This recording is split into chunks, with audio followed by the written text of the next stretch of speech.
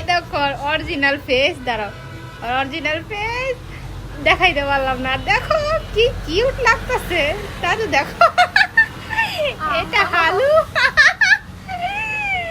কি সুন্দর।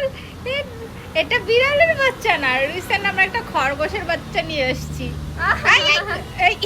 খরগোশের বাচ্চা,